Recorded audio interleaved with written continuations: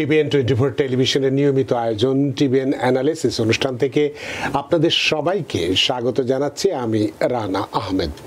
সুপ্রিয় দর্শক, আপনারা এই মুহূর্তে যারা ঘরে টেলিভিশন সেটের সামনে বসে এই অনুষ্ঠানটি দেখছেন কিংবা আর একটু পরে টেলিভিশন সেটের সামনে বসে আপনাদের এই প্রিয় অনুষ্ঠানটি উপভোগ করবেন, কিংবা আরও পরে যারা ফেসবুক লাইভে ঢুকেছেন এই মুহূর্তে, অথবা একটু পরে ফেসবুক লাইভে ঢুকবেন কিংবা আরও পরে ইউটিউবে এই অনুষ্ঠানটি দেখবেন, তাদেরকেও আগাম স্বাগত জানিয়ে রাখি। সুপ্রিয় দর্শক, আজকে আমরা ইমিগ্রেশন নিয়ে কথা বলবো।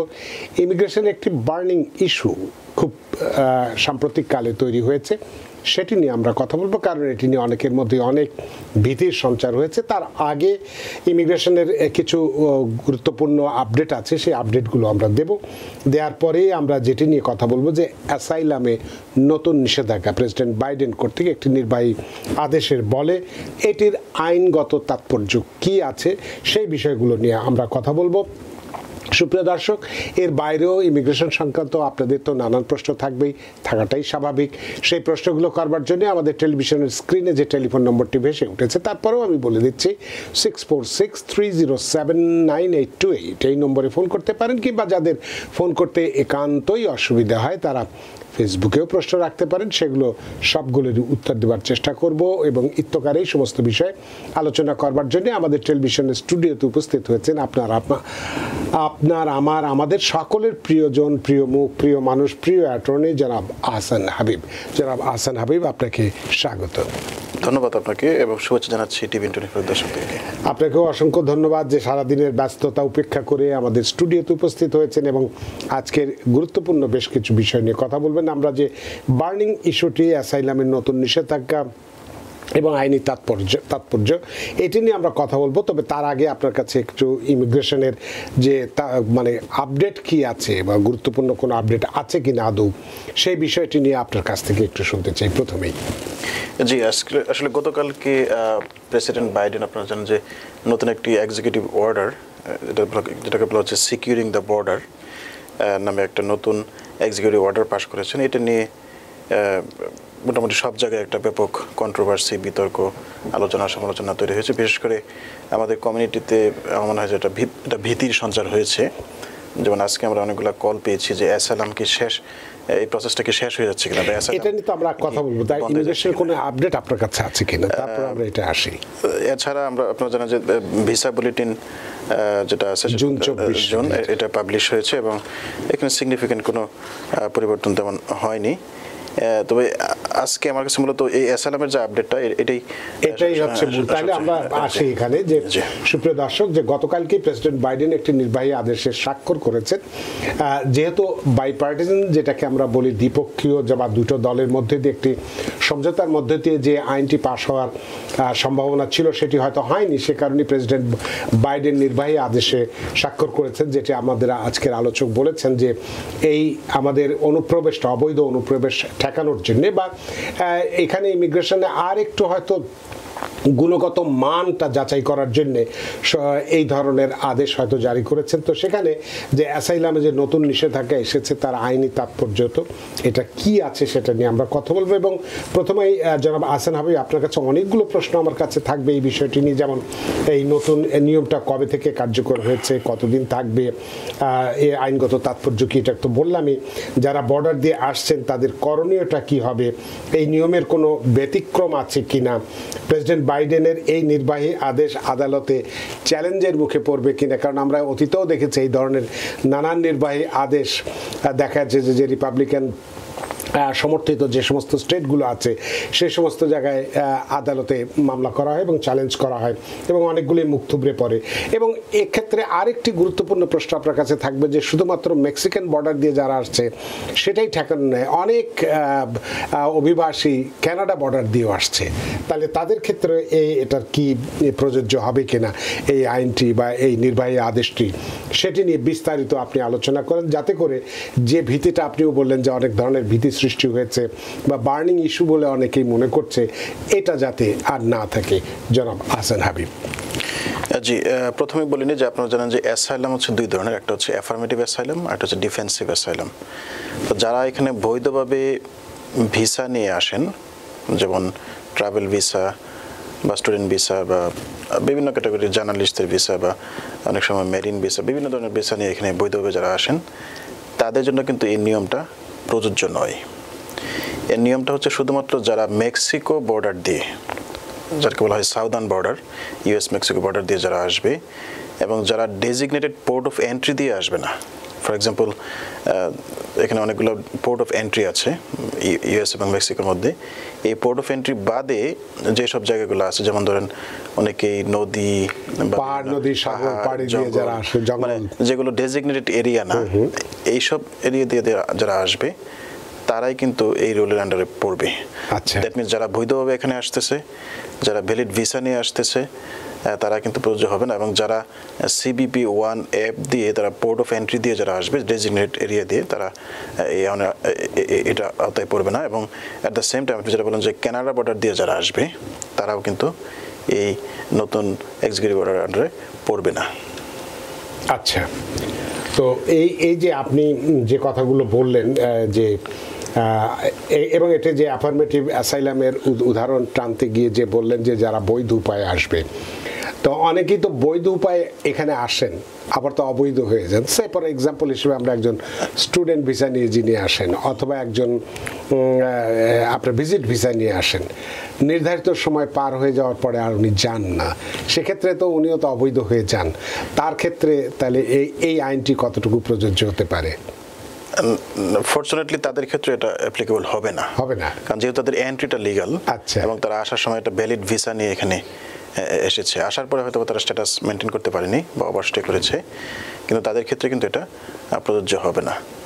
আচ্ছা, তো এক্ষেত্রে তাহলে এই যেটা বললাম যে এটা কবে থেকে কার্যকরী হচ্ছে বা হবে, এক্ষেত্রে আপনার কাছে কি ইনফরমেশন আছে? এই এক্সিকিউটিভ অর্ডারটা গতকালকে মূলত ইস্যু হয়েছে এবং এটা আজকে থেকে কার্যকর হয়েছে। আজকে সকাল 12:01 থেকে এটা কার্যকর হয়েছে এবং এটা ইনডেফিনিট পিরিয়ডের জন্য কার্যকর থাকবে, যতদিন না পর্যন্ত সাপ্তাহিক বর্ডার দিয়ে যে মানুষগুলো আসে বলে এনকাউন্টার 1500 নিচে না নামবে। যেমন এখন অ্যাভারেজ 4000 থেকে 5000 এনকাউন্টার হচ্ছে। আচ্ছা, মানে যারা পোর্ট অফ এন্ট্রির বাইরেও যারা বর্ডার দিয়ে আসতেছে তাদের সংখ্যা প্রায় 4 থেকে 5000 দৈনিক, প্রতিদিন। হ্যাঁ, আচ্ছা। সো এটা যখন তারা সাপ্তাহিক 1500 নিচে নামাতে পারবে, তখন যতদিন না নামাতে পারবে ততদিন মধ্যে তারা এই এক্সিকিউটিভ অর্ডারটি বলবৎ রাখবে। সো এটা কিন্তু একটা হিউজ রিডাকশন ইন নাম্বারস। তো এটা সহসায় হবে বলে মনে হয় না, কারণ অনেকেই কিন্তু আছে যাদেরকে তারা ধরতে পারে না, যারা পোর্ট অফ এন্ট্রি ছাড়াও যারা আসে অন্যান্য মিনসের মাধ্যমে, অনেকে কিন্তু তারা CBP অফিসে যারা আছে তাদেরকে অ্যাপ্রিহেন্ড করতে পারে না, তবে কিন্তু তারা এখানে এসে যাচ্ছে। তাদেরকে কিন্তু তাদের ক্ষেত্রে এটা কিন্তু তারা কার্য প্রয়োগ করতে পারতেছে না। তো এখানে সবচেয়ে ইম্পর্টেন্ট জিনিসটা হচ্ছে আসলে এটার স্ট্যান্ডার্ডটা কী বা এটার ফলে প্রভাবটা কী। তো যারা এই ডেজিগনেটেড পোর্ট অফ এন্ট্রি ছাড়া অন্যান্য জায়গা দিয়ে যুক্তরাষ্ট্রে প্রবেশ করবে তাদেরকে তারা হাই স্ক্রিনিং করবে। আপনি যে কথা বললেন যে কোয়ালিটিটা তারা যাচাই করবে যে তাদেরকে আসলেই অ্যাসাইলাম করার প্রুফ আছে কিনা বা তাদের আসলেই কি ভয় আছে কিনা। কারণ অ্যাসাইলামটা হচ্ছে মূলত যে তারা যে দেশ থেকে এসেছে ওই দেশে যাওয়ার তাদের ভয় আছে। এখন তারা এটাকে বলা হয় যে সিগনিফিক্যান্ট প্রবাবিলিটি। তো প্রবাবিলিটি জিনিসটা কিন্তু খুবই হাই। কোনো কিছু তখনই প্রবাবল হয় যখন আপনি একটা অকাট্য প্রমাণ দিতে পারবেন অথবা এভিডেন্স দিতে পারবেন। সুতরাং খুব কম মানুষই এই স্ট্যান্ডার্ডটা পাস করতে বলে আমার মনে হয় ক্রেডিবল ফেয়ারে। এখন যে প্রসেসটা হয় এটা ক্রেডিবল ফেয়ার, যে কারেন্ট স্ট্যান্ডার্ডটা ছিল সিগনিফিক্যান্ট পসিবিলিটি। তো পসিবিলিটি হচ্ছে যে এনিথিং কুড বি পসিবল, কিন্তু প্রবাবিলিটি হচ্ছে যে আরও হায়ার স্ট্যান্ডার্ড, যে তার আসলেই কোনো ফেয়ার আছে কিনা বা তার স্টোরিটা কতটুকু বিশ্বাসযোগ্য, তার স্টোরিটা কতটুকু প্রমাণযোগ্য। সো তো এটাই হচ্ছে মূলত সিগনিফিক্যান্ট চেঞ্জ। যারা ধরা পড়বে এবং যারা ক্রেডিবল ফেয়ারে যাদেরকে পাঠানো হবে তাদের ক্ষেত্রে প্রায় এটা পাশ করা অসম্ভব হয়ে যাবে। সেক্ষেত্রে তাদেরকে হয়তো বা দ্রুত যে দেশ থেকে এসেছে সে দেশে তাকে হয়তো ফেরত পাঠানো হবে। তবে বাস্তবতা হচ্ছে যে বর্ডারে কাস্টমস অ্যান্ড বর্ডার পেট্রোলের সংখ্যা এত বেশি না, এই জন্য তারা হয়তো একদিনে অনেক লোকজন আসলে হয়তো কিছু মানুষকে তারা ক্রেডিবল ফেয়ারের জন্য রেফার করে আর বাকিদেরকে তারা রিলিজ করে দেয়। আচ্ছা, তার মানে যত এক্সিকিউটিভ অর্ডার করুক, এটা যদি ইমপ্লিমেন্ট না করতে পারে তাহলে কিন্তু এটা সম্পূর্ণ বিষয়টা যা সেটাই থেকে যাচ্ছে। যেমন অনেক রিপাবলিকানরা সেটা বলেছে, যেটা হচ্ছে বাইডেনের একটা পলিটিক্যাল স্ট্যান্ড। আচ্ছা, এটা শুধুমাত্র সে পাবলিককে দেখানোর জন্য যে আমরা ব্যবস্থা নিয়েছি বর্ডারের ইলিগাল এন্ট্রি বন্ধ করার জন্য, কারণ এটা একটা মিডিয়াতে আসতেছে এবং মানুষের মধ্যে একটা ভয় তৈরি করতেছে। এই ভয়ের কারণে হয়তোবা বর্ডার হয়তোবা লোকজন কম আসবে, কিন্তু বাস্তবে কিন্তু আসলেও তেমন কোনো সিগনিফিকেন্ট চেঞ্জ হবে বলে মনে হয় না। তো এক্ষেত্রে আমার যে প্রশ্নটি সেটি হচ্ছে যে প্রেসিডেন্টের নির্বাহী আদেশের স্থায়িত্বকাল কতদিন? একেবারে যুগের পর যুগ তো চলতে পারে না, যেহেতু কংগ্রেসে আইনটি পাস হয়নি, তাই না, এবং বাইপার্টিজানও হয়নি। দুই পক্ষ যে একমত হয়ে একটা আইন পাস করবে হাউসে বা সিনেটে মিলে পাস হবে সে ধরনের হয়নি। তাহলে এই প্রেসিডেন্টের এই নির্বাহী আদেশ কতদিন পর্যন্ত বলবৎ থাকতে পারে? Because people sneeze. Because not everyone washes their hands. Because kids touch a lot of things. Set a date to get your COVID shot and RSV if eligible. Because if you're wondering, should I get my COVID shot? Think about other people.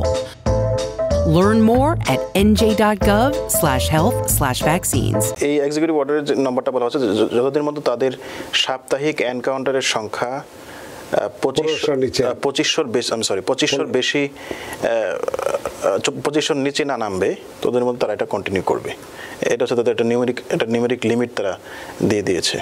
তার মানে সপ্তাহে যদি 2500, আপনি এর আগে 1500 বলেছিলেন, এটা 2500 হবে। 2500, তাহলে 2500 তার মানে দিনে 400। এখন যেটা 4-5 হাজার হচ্ছে সেটা দিনে 400-র মতো আসলে যতক্ষণ পর্যন্ত না আসবে তত। তাহলে এক্ষেত্রে যেটি একটা আমাদের অভিজ্ঞতায় যে কথাটি বলে বা বাস্তবতায় যেটা বলে সেটা হচ্ছে যে এর আগেও আমরা দেখেছি প্রেসিডেন্ট বাইডেন বিভিন্ন ধরনের নির্বাহী আদেশ জারি করেছিলেন এবং 2020 সালে ক্ষমতায় আসার পরে তো প্রতিদিনই এই ধরনের করতেন, কিন্তু প্রতিনিয়তই আমরা দেখেছি এই ধরনের নির্বাহী আদেশ আদালতের চ্যালেঞ্জের মুখে পড়েছে, বিশেষ করে যে সমস্ত স্টেটগুলোতে রিপাবলিকানদের দখলে আছে।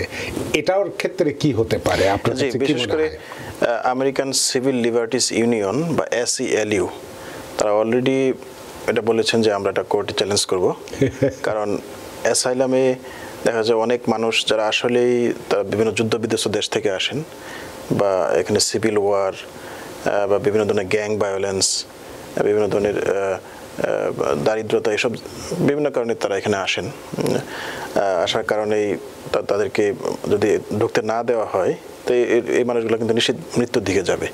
তো অ্যাসাইলাম আইনের উদ্দেশ্য ছিল যে যারা আসলেই যুদ্ধ বিধ্বস্ত দেশ বা ভায়োলেন্স বা পলিটিক্যাল ভায়োলেন্স বা বিভিন্ন কারণে বিভিন্ন সমস্যার কারণে এখানে আসছে তাদেরকে এখানে আশ্রয় দেওয়া। তো এটা যদি টোটালি বন্ধ করে দেয় বা এই আইনটা প্রয়োগ করা হয় তাহলে মূলত আইনের যেটা ইমিগ্রেশন ন্যাশনালিটি অ্যাক্ট আছে এই আইনের বাইরে চলে যায়। কারণ এক্সিকিউটিভ অর্ডার কখনো মূল আইনকে কিন্তু ভায়োলেট করতে পারে না। তো এই আইনটা হচ্ছে সেকশন 212F। আপনারা জানেন যে প্রেসিডেন্ট ট্রাম্পের সময় যে মুসলিম ব্যান দেওয়া হয়েছিল এই সেম সেকশন ইউজ করে। তো এটা কিন্তু কোর্টে টিকেনি, কোর্টে 2বার ডিনাই করে 3য়বারের মতো তারা লিমিটেড একটা পারমিশন দিয়েছিল।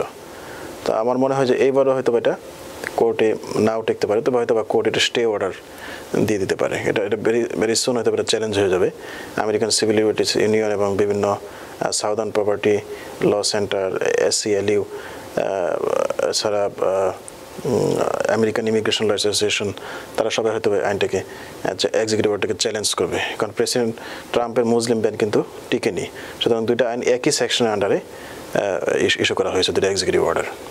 তাহলে এক্ষেত্রে ধরুন যে আইনটি আপনি বললেন এটি গতকাল থেকে কার্যকরী হয়েছে, আজকে থেকে, হ্যাঁ গতকাল থেকে যদি কার্যকরী হয় তাহলে গতকালের আগের দিন অর্থাৎ কালকে যদি 4 তারিখ দিয়ে থাকে, 3 তারিখে 3রা জুনে যে সমস্ত মানুষ এই মেক্সিকান বর্ডার দিয়ে ঢুকেছে এবং অলরেডি ঢুকে গেছে তাদের ক্ষেত্রে কি হতে পারে?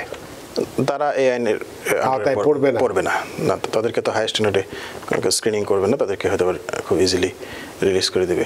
আপনারা জানেন যে খুব অল্প সংখ্যক মানুষই অ্যাকচুয়ালি ডিটেন্ড হয় এবং ক্রেডিবল ফেয়ার প্রসেসের মধ্যে দিয়ে যায়। কারণ অ্যাসাইলাম অফিসার বা ক্রেডিবল ফেয়ার ইন্টারভিউ যারা নেয় তাদের সংখ্যা কিন্তু লিমিটেড। যদি একদিনে 4 থেকে 5 হাজার মানুষ আসে, এত অফিসার কিন্তু আসলে নাই তাদেরকে ইন্টারভিউ নেওয়ার জন্য। সুতরাং এখানে প্র্যাকটিক্যাল ইমপ্লিমেন্টেশনটা আসলে খুব ডিফিকাল্ট হবে এক্সিকিউটিভ অর্ডারে। সুতরাং যেহেতু সামনে ইলেকশন, আমার মনে হয় যে মোস্ট লাইকলি যেটা পলিটিক্যাল স্টান্ট হতে পারে। তো এক্ষেত্রে আপনি আলোচনার মাঝখানে বললেন যে কানাডার বর্ডার দিয়েও অনেক মানুষ আসছে এবং কানাডায় অনেকেই অনেক স্বপ্ন নিয়ে কানাডায় আসে, তাদের কানাডা ভালো লাগে না, পরবর্তীতে আমেরিকার দিকে আসে, আমেরিকার বর্ডারের দিকে আসে। তাহলে এক্ষেত্রে দেখা যাচ্ছে যে নির্বাহী আদেশটি আপনিও একটু আগে বললেন যে মেক্সিকান বর্ডার দিয়ে যারা ঢুকছে এবং পোর্ট অফ এন্ট্রি যেটা বললেন সেগুলো বাদ দিয়ে অন্যান্য জায়গা দিয়ে পাহাড়, নদী, সাগর ইত্যাদি পাড়ি দিয়ে যারা আসছে তাদের ক্ষেত্রে এই আইনটি কার্যকরী হচ্ছে। একই অবস্থা তো কানাডা থেকে অনেকেই আসছে হয়তোবা, তাহলে তাদের ক্ষেত্রে আইনটি প্রযোজ্য কেন হবে না? ফরচুনেটলি যে এখানে স্পেসিফিকলি শুধু বলা হয়েছে southern border, that means US Mexico border. কারণ বেশি সংখ্যক মানুষ কিন্তু ইউএস মেক্সিকো বর্ডার দিয়ে আসে, কানাডা বর্ডার দিয়ে কিন্তু এত মানুষ আসে না। এই জন্য সম্ভবত তারা এটাকে এক্সেপশন দিয়েছে। এখন আমাদের অনেক বাংলাদেশি মাইগ্রেন্ট যারা, তারা অনেকে কানাডা দিয়ে আসতেছেন, তো তাদের জন্য এটা সুখবর, কারণ তাদের জন্য এত হাই স্ক্রিনিংয়ের মধ্যে যেতে হবে না। কানাডার ভিসা সিস্টেমটা তো একটু সহজ আমেরিকার থেকে, অনেকেই ওখানে ভিসা পাচ্ছে। তাহলে এই মানুষগুলো যারা মেক্সিকো দিয়ে আসছে তারা তো কানাডা দিয়েও আসতে পারে, এবং একসময় দেখা যাবে যে কানাডা দিয়ে প্রতিদিন 4-5 হাজার আসছে, তখন কি হবে? হ্যাঁ, এটা হতে পারে, কারণ রিসেন্টলি আমরা দেখতেছি যে গত বেশ করে 6 মাস বা 8 মাস ধরে কানাডা দিয়ে অনেক মানুষ আসতেছে। এটা আগে কখনো আমরা শুনি নাই বা দেখি নাই। তবে এর আগেও কিন্তু বাইডেন একটা এক্সিকিউটিভ অর্ডার দিয়েছিল, যেটাকে বলা হয় যে লফুল সার্কামভেনশন রুল। আচ্ছা, দ্যাট মিনস যদি কেউ অন্য দেশ দিয়ে আসে, যেমন কেউ বাংলাদেশ থেকে কানাডা দিয়ে আসলো বা মেক্সিকো দিয়ে আসলো বা অন্য দেশ দিয়ে আসলো, তাদেরকে এক্সপ্লেন করতে হবে কেন তারা ওইসব দেশে অ্যাসাইলাম করে নাই। এটার অবশ্যই কিছু এক্সেপশন আছে, যদি কোনো মেডিকেল কন্ডিশন থাকে, যদি কেউ হিউম্যান ট্রাফিকিংয়ের শিকার হয়ে থাকে বা কোনো সিগনিফিকেন্ট অন্যান্য ক্ষতি হওয়ার সম্ভাবনা থাকে, সেক্ষেত্রে তাদেরকে এক্সেপশন দেওয়া হয়। দ্যাট মিনস বাইডেন শুধুমাত্র এই একটা এক্সিকিউটিভ অর্ডার না, কিন্তু এর আগেও একটা এক্সিকিউটিভ অর্ডার দিয়েছে, যেটাও অ্যাসাইলাম সিকারদের জন্য অনেক ক্ষতিকর। আচ্ছা, তো এই ব্যাপারে আর কি কিছু বলার আছে আপনার? মানে এই যে একটা প্যানিক সৃষ্টি হয়েছে, আপনি তো যেহেতু এই কাজের সঙ্গে জড়িত, প্রতিদিনই অনেক মানুষকে হ্যান্ডেল করতে হয়, বিশেষ করে অ্যাসাইলাম নিয়ে আপনাদের কাছে প্রচুর মানুষ আসে, তাদের মধ্যে এক ধরনের ভীতি সৃষ্টি হয়েছে। এক্ষেত্রে আপনার কি বক্তব্য? তো এখন যারা নতুন বর্ডার, বিশেষ করে মেক্সিকো বর্ডার দিয়ে যারা আসবে, তাদেরকে যেটা করতে হবে, এটাকে বলা হয় শাউট রুল। শাউট রুল মানে হচ্ছে যে এটা সিবিপি অফিসার তাদেরকে জিজ্ঞেস করবে ইন্টারপ্রেটের মাধ্যমে যে তার কি ভয় আছে কিনা, যে are you afraid to go back to your country. তখন তাকে এক্সপ্রেসলি ভয়টা প্রকাশ করতে হবে যে হ্যাঁ, আমি আমার দেশে যেতে ভয় পাই। এটা এক্সপ্রেসলি বলতে হবে। যেমন এখন হয়তো বা কিছু না বললেও তাদেরকে ভিতরে ঢুকতে দেওয়া হয়, ইন্টারভিউ নেওয়া হয় বা তাদেরকে স্ক্রিনিং করে তাদেরকে রিলিজ করে দেওয়া হয়।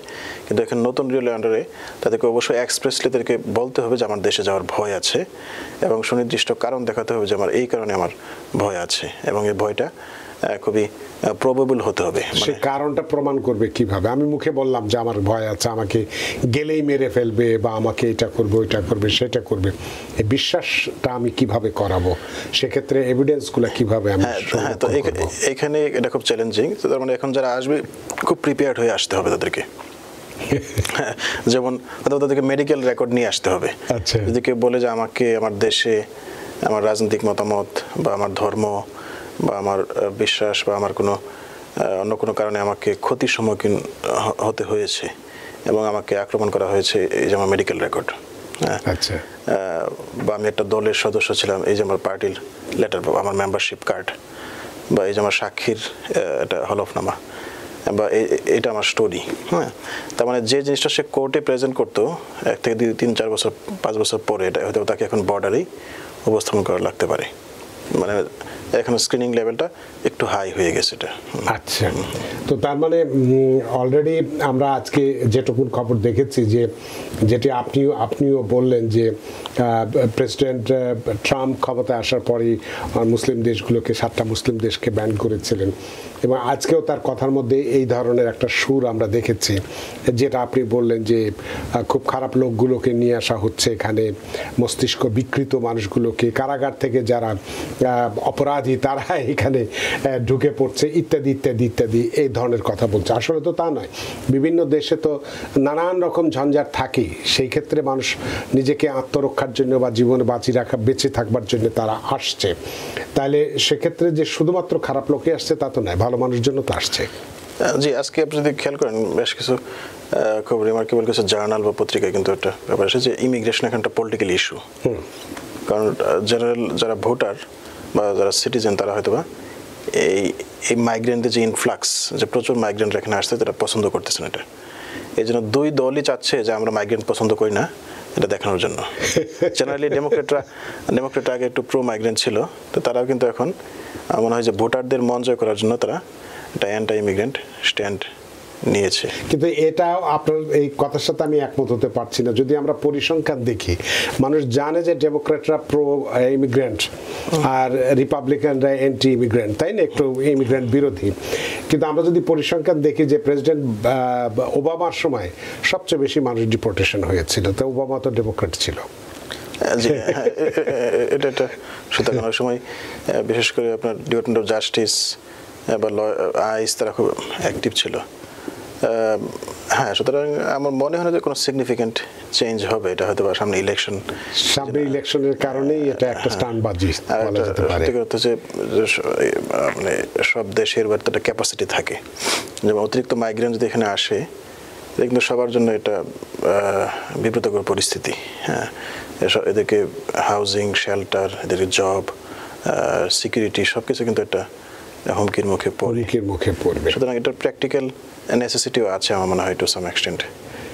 তো মোটামুটি কি এটুকুই, মানে যেটা আপনি বা আমরা যেটা যতটুকু খবর আমাদের কাছে আছে যে আজকে এই নির্বাহী আদেশের ফলে যে একটা ভীতিকর অবস্থার সৃষ্টি হয়েছিল, আপনি যেটা বলছেন যে এটার অত ভীতিকর কিছু নেই, শুধুমাত্র যারা পোর্ট অফ এন্ট্রি দিয়ে না ঢুকবে, ওই পাহাড়, নদী, সাগর ইত্যাদি ইত্যাদি পেরিয়ে, তাদের ক্ষেত্রেই এটা প্রযোজ্য হবে। সুতরাং এটা নিয়ে এমনিতেই যারা আমরা সাধারণভাবে আগেও এসেছি তাদের মধ্যে যে একটা ভীতিকর অবস্থার সৃষ্টি হয়েছে, সুতরাং এটা নিয়ে এত ভয় পাওয়ার কিছু নয় যে ইমিগ্রেশন ল একটা ব্যাপক পরিবর্তন বা সব অ্যাসাইলাম সিকারদেরকে ডিপোর্ট করে দেওয়া হবে, এই ধরনের কিছু না। যেমন আজকে কিছু মানুষ আমাদের কল দিয়ে বলেছে যে সবাইকে ডিপোর্ট করে দেবে, কিন্তু না, আসলে এরকম কিছু না, এই ধরনের কিছু না। তা আমরা বলবো, সবাইকে বলবো যে আপনারা ভালো করে বিশ্বাসযোগ্য সোর্স থেকে শুনে এরপরে আপনারা এটা নিয়ে চিন্তা করবেন। কারণ অনেক সময় ইউটিউবে বা বিভিন্ন জায়গায় ভিউ বানানোর জন্য অনেক কিছু বলে, যেটা অনেক চটকদার হেডলাইন করে নানান কিছু বলে, রিসার্চ করে এটা বলে না। যেমন বাইডেন কিন্তু এর আগে একটা এক্সিকিউটিভ অর্ডার দিয়েছে, তবু কিন্তু মানুষ আসতেছে, তারা অ্যাসাইলাম অ্যাপ্লাই করে তারা ওয়ার্ক পারমিট পাচ্ছে, তারা অ্যাসাইলাম হিয়ারিংয়ে যাচ্ছে, কেউ কেউ উইনও করতেছে। সুতরাং এই অ্যাসাইলাম প্রসেস কিন্তু বন্ধ হচ্ছে না, হয়তোবা তাদের স্ক্রুটিনি লেভেলটা বা এখানে প্রুফের লেভেলটা একটু হাই হচ্ছে। তো এইটা আমি বলবো, সুতরাং যারা বর্ডার দিয়ে এখন এসে গেছে অলরেডি বা যারা আসবে, এত নিরাশ হওয়ার কিছু নেই।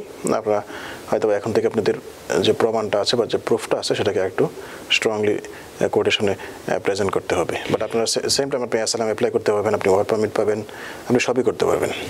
অনেক ধন্যবাদ অ্যাটর্নি আহসান হাবিব। আজকে এই বিষয়টি নিয়ে যেহেতু একটি বার্নিং ইস্যু ছিল এবং অনেকের মনেই সন্দেহের একটা ধারণা জাগ্রত হয়েছিল, সেক্ষেত্রে আপনার এই আলোচনার মধ্য দিয়ে অন্তত অনেকেই আজকে বুঝতে পারবেন যে বিষয়টি কাদের জন্য এটা প্রযোজ্য এবং কারা এটার আওতার বাইরে থাকবে। সুতরাং এই বিষয়টি আপনি বিস্তারিতভাবে ব্যাখ্যা করেছেন। তো আমরা দ্বিতীয় আলোচনা করার আগে একটি ফেসবুক থেকে প্রশ্ন নিতে চাই।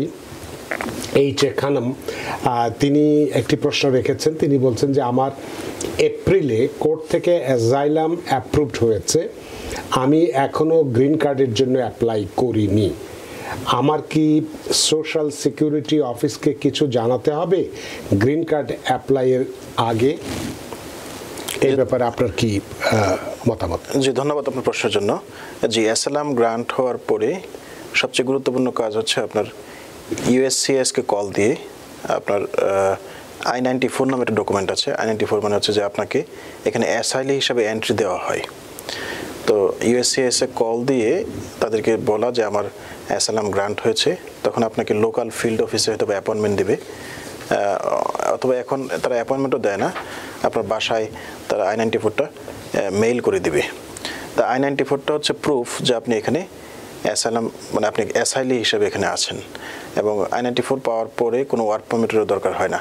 হ্যাঁ, এবং আপনি নিকটস্থ সোশ্যাল সিকিউরিটি অফিসে গিয়ে তাদেরকে আপডেট করবেন যে আপনার এখন স্ট্যাটাসটা চেঞ্জ হয়েছে, আপনি অ্যাসাইলি হয়েছে। আপনি জানেন যে যারা অ্যাসাইলাম যখন পেন্ডিং থাকে তখন সোশ্যাল সিকিউরিটি কার্ডে একটা রেস্ট্রিকশন থাকে যে উইথ DHS অথরাইজেশন অনলি, যে শুধু DHS এর ওয়ার্ক পারমিট ছাড়া সে কাজ করতে হবে না। কিন্তু যারা অ্যাসাইলি মানে যাদের অ্যাসাইলাম গ্রান্ট হয়েছে তাদের কিন্তু এই ওয়ার্ক পারমিটে কোনো রেস্ট্রিকশন থাকে না। সুতরাং তাদের এই সোশ্যাল সিকিউরিটি কার্ডটা সেম নাম্বার থাকবে, শুধুমাত্র ওই রেস্ট্রিকশনটা উঠে যাবে। সুতরাং আপনি ডেফিনেটলি আপনি নিকটস্থ সোশ্যাল সিকিউরিটি অফিসে গিয়ে তাদেরকে এটা ইনফর্ম করবেন, তারা আপনার রেজিস্ট্রেশনটা তুলে দেবে। ধন্যবাদ। কিন্তু এক্ষেত্রে তো আমার কাছে মনে হচ্ছে যে যখন অ্যাসাইলাম অ্যাপ্রুভড হয়ে গেছে, এরপরে এটা এপ্রিল মাস, এটা মে জুন চলতেছে, এতদিন পরে সে গ্রিন কার্ডের জন্য আবেদন না করাটা কি একটু বোকামি নয়?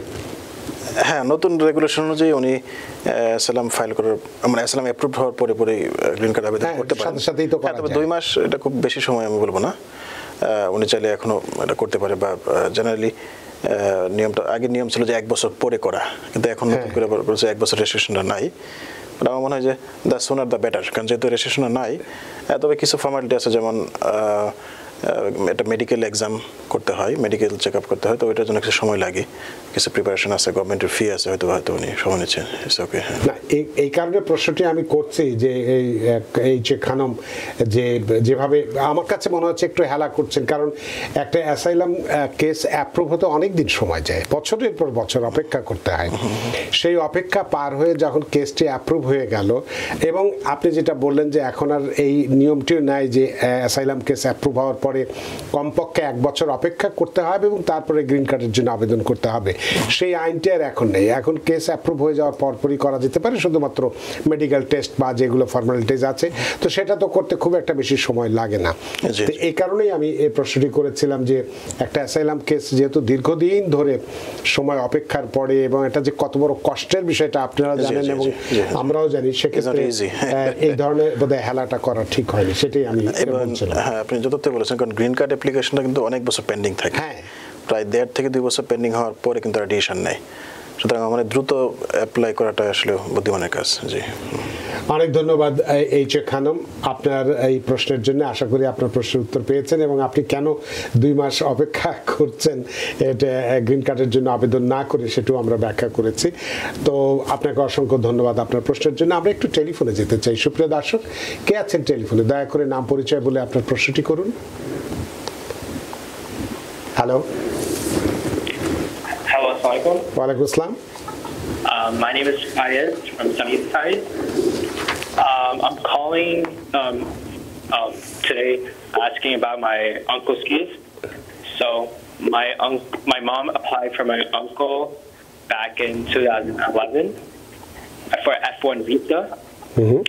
And recently my mom wants my uncle to come here on some sort of visa, because my grandmother is living with us. And my question is that a lot of people are telling me that we need to get a invitation letter, and I wanted to ask if this would hurt his case, and if a invitation letter is needed, what should we write the letter? Thank you very much for your question, Attorney Ahsan Habib. জি, আমি প্রশ্ন থেকে যতটুকু বুঝলাম যে most probably his mother is a US citizen who applied for her brother, so the F4 category actually, not F1, এবং এটা pending আছে since 2011. Now I mean his mother is here, and his uncle wants to visit with the visit visa. That's fine. That should not harm the immigrant visa. And of course, your mother can give him a invitation letter. That's fine.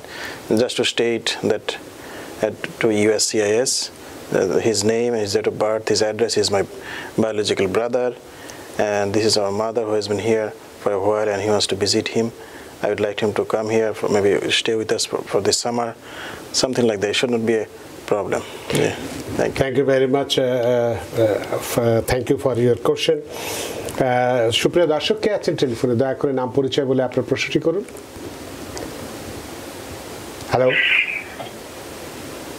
Hello hello, জি, প্রশ্ন আমরা অপেক্ষা করছি, পরিচয় দিয়ে প্রশ্নটি করুন। Hello, জি, আমরা অপেক্ষা করছি, আপনার নাম ধাম বলে প্রশ্নটি করুন। আমার নাম হচ্ছে যে মমিন হোসেন, আমি নিউ ইয়র্কে থাকি। আমি নিউ ইয়র্কে আসছি 2018 সালে, কিন্তু এখনো আমার এই প্রথমটা ফাইনাল হয় নাই। আপনার কথাগুলো আমরা বুঝতে পারছি না, আপনি একটু দয়া করে টেলিফোনটি মুখের সামনে নিন, কানে যদি হেডফোন থাকে সেটি খুলে ফেলুন এবং টেলিভিশনের সাউন্ড যদি জোরে দেওয়া থাকে সেটি কমিয়ে দিন, তাহলে আপনার প্রশ্নটি আমরা বুঝতে পারবো। না, আমার তো এখানে কোনো সাউন্ড নাই, বাট আমি কথা বলতে। হ্যাঁ, ঠিক আছে, বলুন। আপনি 2018 সালে? আমি নিউ ইয়র্কে থাকি। জি, আমি নিউ ইয়র্কে আসছি 2018 সালে, বাট এখন 6 বছর হয়েছে, আমার এখনো সেলম ফাইনাল হয় নাই। কারণ আমার ফাইনাল ছিল 2024 সালের জানুয়ারিতে ছিল, ওইটা হিসাবে ফেব্রুয়ারিতে দিচ্ছে। ফেব্রুয়ারিতে যেটা ছিল সেটা আবার হিসাবে নভেম্বরের মাসে, এবছরের নভেম্বরের 22 তারিখে দিচ্ছে। তো আমি জানতে চাইছি আমার এই সেলমটা কেন বারবার পিছাইতেছে, এমনকি যে ডেটটা এখন বর্তমানে আছে ওই ডেটে হিয়ারিংটা হবে কিনা, এটাই আপনার প্রশ্ন? জি, অনেক ধন্যবাদ আপনার প্রশ্নের জন্য, অ্যাটর্নি আহসান হাবিব। ধন্যবাদ আপনার প্রশ্নের জন্য। জি, অনেক সময় বিভিন্ন কারণে আসলে হিয়ারিং পেছাতে পারে। অনেক সময় দেখা যায় অ্যাটর্নি প্রিপেয়ার থাকে না, অনেক সময় দেখা যাচ্ছে যে হয়তোবা জাজদের কোনো স্কেজুয়াল কনফ্লিক্ট থাকে বা জাজদের কোনো পার্সোনাল সমস্যা থাকতে পারে। অনেক সময় হোমল্যান্ড সিকিউরিটি অ্যাটর্নি অ্যাভেলেবল থাকে না, বা অনেক সময় যদি ফিঙ্গারপ্রিন্টস না নেওয়া হয়ে থাকে বা তার ব্যাকগ্রাউন্ড চেক ক্লিয়ার না হয়ে থাকে, তো সেই সব ক্ষেত্রে অনেক সময় হিয়ারিং পেছাতে পারে। তো আপনি আপনার অ্যাটর্নির সাথে একটু কথা বলেন যে কেন তারা বারবার পিছাচ্ছে। অনেক সময় বেশিরভাগ সময় জাজরা হিয়ারিংটা হোক এটা চায়, কিন্তু অনেক সময় দেখা যাচ্ছে অনেক জাজরা থাকে এল্ডারলি, অনেক বয়স্ক জাজ, যাদের মেডিকেল কন্ডিশন থাকে, বা বিভিন্ন সময় যেমন আমার একজন ক্লায়েন্টের রিসেন্টলি হিয়ারিং স্কেজুল হয়ে গেছে, হঠাৎ করে হিয়ারিংয়ের 2 দিন আগে কল দিয়ে বলে যে হিয়ারিং হবে না। এখন জাজদের একটা অথরিটি আছে, তাদের ক্যালেন্ডার তারা কন্ট্রোল করেন। অনেক সময় দেখা যায় ফিঙ্গারপ্রিন্ট যদি ঠিকমতো না দিয়ে থাকে বা ব্যাকগ্রাউন্ড চেকটা ঠিকমতো ক্লিয়ার না হয়ে থাকে, সেসব ক্ষেত্রে অনেক সময় হোমল্যান্ড সিকিউরিটি এটা রিস্কেজুল করার ইয়ে করে। সুতরাং আপনি আপনার অ্যাটর্নির সাথে কথা বলেন, কথা বলে আপনি দেখেন যে কেন এটা বারবার হচ্ছে। অনেক সময় কোর্টের জাজের যে ক্লার্ক আছে, ক্লার্ককে কল দিয়ে তার সাথে কথা বলা যায়, কথা বলে কারেন্টের সম্বন্ধে জানা যায়। ধন্যবাদ।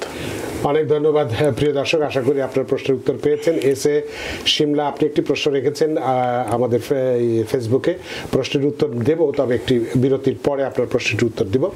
সুপ্রিয় দর্শক, নিচ্ছে একটি ছোট্ট বিরতি, সে পর্যন্ত আমাদের সাথেই থাকুন। Because people sneeze. Because not everyone washes their hands. Because kids touch a lot of things. Set a date to get your COVID shot and RSV if eligible. Because if you're wondering, should I get my COVID shot? Think about other people. Learn more at nj.gov/health/vaccines. সুপ্রিয় দর্শক, বিরতির পর ফিরে এলাম আপনাদের প্রিয় অনুষ্ঠান TVN অ্যানালিসিসে। আজকের অতিথি অ্যাটর্নি আহসান হাবিব এবং আপনাদের সাথে রয়েছে আমি রানা আহমেদ। সুপ্রিয় দর্শক, বিরতির আগে বলেছিলাম আরও অনেকেই টেলিফোনে আছেন, সম্ভবত একজন আছেন, তার ফোনটি নিয়ে নেই। সুপ্রিয় দর্শক, কে আছেন টেলিফোনে, দয়া করে নাম পরিচয় বলে আপনার প্রশ্নটি করুন। হ্যালো, আসসালামু আলাইকুম। ওয়ালাইকুম। আমি আমি বলতেছিলাম একটু আগে স্যার বলতেছিল যে ওই অ্যাসাইলাম উইন হওয়ার পরে সাথে সাথেই গ্রিন কার্ড অ্যাপ্লাই করা যাইতেছে, কিন্তু আমি তো I-360 উইন হওয়ার পরে এখনো পর্যন্ত আমি ওই অ্যাপ্লাই করতে পারছি না। এখন কি করণীয় সেটাই জানতে চান? হ্যাঁ, ওই কি কারণে? অনেক ধন্যবাদ অ্যাটর্নি আহসান হাবিব। আসলে I-360 ডিফারেন্ট। I-360 হচ্ছে যারা আন্ডার এজ কেস যাদের অ্যাপ্রুভ হয়, এটাকে বলা হয় যে স্পেশাল ইমিগ্রেন্ট জুভেনাইল স্ট্যাটাস বা SIJ স্ট্যাটাস। তো I-360 ক্ষেত্রে ভিসা ক্যাটাগরিটা এখন কারেন্ট নয়। আচ্ছা, যেমন অ্যাসাইলামের একটা স্পেশাল ক্যাটাগরি, অ্যাসাইলামের জন্য অলওয়েজ গ্রিন কার্ড অ্যাভেলেবল থাকে। দ্যাট মিনস তাদের কোনো ওয়েট করতে হয় না, গ্রিন কার্ড নাম্বার অ্যাভেলেবল থাকে। কিন্তু স্পেশাল ইমিগ্রেন্ট জুভেনাইল ক্যাটাগরিটি আনফরচুনেটলি 2023-এর মেতে রেট্রোগ্রেস করে, এটা কারেন্ট নাই এখন, এটা প্রায় রেট্রোগ্রেস করে 2-3 বছর পিছিয়ে গিয়েছে। এই জন্য I-360 অ্যাপ্রুভ হওয়ার পরে আপনি ওয়ার্ক পারমিট অ্যাপ্লাই করতে পারবেন ডেফার্ড অ্যাকশনের আন্ডারে, এবং ওয়ার্ক পারমিট নিয়ে আপনি এখানে থাকতে পারবেন, এবং যখন আপনার প্রায়োরিটি ডেট কারেন্ট হবে তখন আপনি গ্রিন কার্ড আবেদন করতে পারবেন। এট দ্য সেম টাইম আপনি অ্যাডভান্স পেরোল বা ট্রাভেল ডকুমেন্ট নিয়ে আপনি ট্রাভেলও করতে পারবেন। সুতরাং আনফরচুনেটলি আপনাকে একটু ওয়েট করতে হবে, আপনার অ্যাটর্নির সাথে যোগাযোগ রাখতে হবে যে আপনার কখন আপনার প্রায়োরিটি ডেটটি কারেন্ট হবে। ভিসা বুলেটিনে জেনারেলি এক্ষেত্রে তারা EB3 যে ক্যাটাগরিটা আছে এমপ্লয়মেন্ট বেসড, এটার সাথে এটা comparable special immigrant juvenile status. জি ধন্যবাদ। অনেক ধন্যবাদ প্রিয় দর্শক, আপনার প্রশ্নের জন্য আশা করি প্রশ্ন উত্তর পেয়েছেন। আর একটি প্রশ্ন উত্তর দেব ফেসবুক থেকে এসএ শিমলা, তিনি বেশ কষ্ট করে প্রশ্নটি লিখেছেন যে ওনার হয়তো অ্যাসাইলাম কেসই হবে, আমাদের ডিনাই করেছে, এখন আবার সেম জজ দিয়ে কেস কোর্টে তুলেছে, আমাদের জজের মানে তার পারমিশনের মানে উইনের রেট 19%, 80% ডিনাই করে, এখন আমরা কি করব?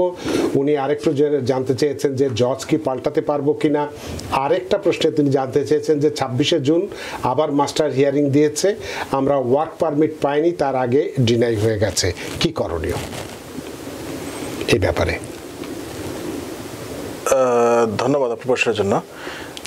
আসলে প্রশ্নটা একটু কনফিউজিং। হ্যাঁ কনফিউজিং। তিনি বলছেন যে আমাদের ওনার কেসটা ডিনাই করেছে যে জজ, সেই জজই নাকি আবার কেস তুলেছে তার কাছে, তার ধারণা যে সেই জজের মানে অনুমোদন করার রেশিওটা 19% এবং 80% ডিনাই করে, এখন কি করব, জজ পাল্টাতে পারবো কি না? এই হলো একটা। অনেক সময় যদি কেস ডিনাই করে সেক্ষেত্রে আপিল করার একটা সুযোগ থাকে। আচ্ছা। এবং আপিলে যদি কেসটা ওনারা উইন করেন সেক্ষেত্রে কেসটা তারা আবার কোর্টে তারা একটা রিমান্ড বলে, এটাকে রিমান্ড করে, সেক্ষেত্রে তাদের অ্যাসাইলামের যে ওয়ার্ক পারমিট ক্লক সেটা আবার চালু হবে। আর একটা সিচুয়েশন হতে পারে তার যদি মোশন টু রিওপেন পেন্ডিং থাকে সেটা তাদেরকে ওয়েট করতে হবে, কেসটা রিওপেন হওয়ার পরে তাদের আবার ক্লক চালু হবে। তা আমি আসলে স্পেসিফিক সার্কামস্টেন্সটা না বুঝে প্রশ্নের আনসার দেওয়াটা আসলে ঠিক হবে না। তো শেষের থেকে উনি কি চান্সেস যে জাজ পাল্টাতে পারে? না, আসলে ফোরাম সুযোগ নেই, বাট যদি কেউ জেনুইনলি অ্যাড্রেস চেঞ্জ করে, ফর এক্সাম্পল কেউ আছে নিউ ইয়র্কে, এখন যদি সে ফ্লোরিডায় মুভ করে তো সেক্ষেত্রে ডেফিনেটলি তার কোর্ট চেঞ্জ হবে, কোর্ট শেষ হলে জাজও চেঞ্জ হবে। বাট শুধুমাত্র মানে জাজ চেঞ্জ করার জন্য অ্যাড্রেস চেঞ্জ করা বা ফোরাম শপিং এটা অ্যালাউড না। জি। তো উনি বলছে 26শে জুন আবার মাস্টার হিয়ারিং দিয়েছে, তো আমরা ওয়ার্ক পারমিট পাইনি, তার আগে ডিনাই হয়ে গেছে, এটার ব্যাপারে কি কিছু বলার আছে আপনার? এটুকুই লিখেছেন উনি। মাস্টার হিয়ারিং আসলে কাউকে ডিনাই করার কথা না, হয়তো কেসে অন্য কোনো কমপ্লেক্সিটি আছে, এটা আপনি অ্যাটর্নির সাথে, তার মানে আপনার অ্যাটর্নির সঙ্গে যোগাযোগ করা উচিত।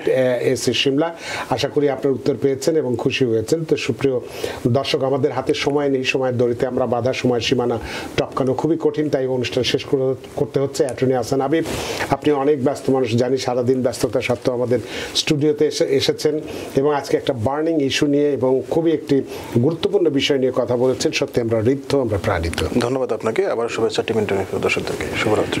সুপ্রিয় দর্শক, এতক্ষণ আমরা যে বিষয়টি নিয়ে কথা বললাম যে আমাদের প্রেসিডেন্ট বাইডেন গতকালকেই একটি এক্সিকিউটিভ অর্ডারে স্বাক্ষর করেছেন, তাতে অবৈধ অভিবাসী যারা আছেন অ্যাসাইলামের নতুন নিষেধাজ্ঞা দিয়েছেন এবং আইনি তাৎপর্য নিয়ে আমরা কথা বলেছি এবং আমরা এটা বলেছি যে এটা নিয়ে এত ভীত হওয়ার কিছু নেই যারা এখানে আছেন, সেটাও আমরা বলেছি।